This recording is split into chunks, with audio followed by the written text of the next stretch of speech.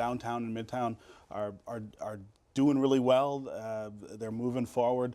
The neighborhoods have lagged behind, and everybody seems to agree that we've got to do something there with economic opportunity, with blight control and public safety. There's not enough money to do these things, and so we have to start really thinking about ways Detroit can get more cash. And I don't know what those are, but the state's going to have to be involved. Other communities are going to have to support it because there's just not enough being generated. Yeah, what are those ways that they can get more cash? There's only one way, and that's growth.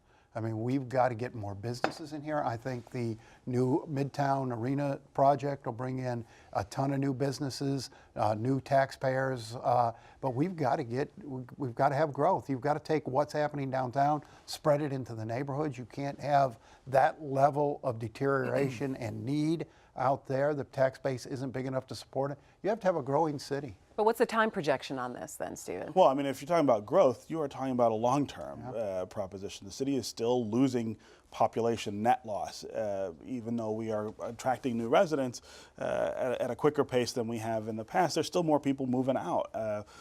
Those new residents are going to pay higher taxes than the people who are leaving, but you're not talking about growing the tax base here anytime in the next, I think, 5 to 10 years, Steve, in any real way. One thing you can do is rationalize assessments so more people pay their tax bill. Yes. You only have 50% of the people in Detroit, or the property owners in Detroit, paying their taxes, and a lot of people say, well, I can't pay this tax bill. You've got my house assessed at 5 times what it's worth. If you rationalize assessments, bring the tax bill down to a point where people can actually pay their bill and feel okay about paying their bill, that it is fair, I think you can bring a lot of revenue that you're missing now just from people who aren't paying their bills.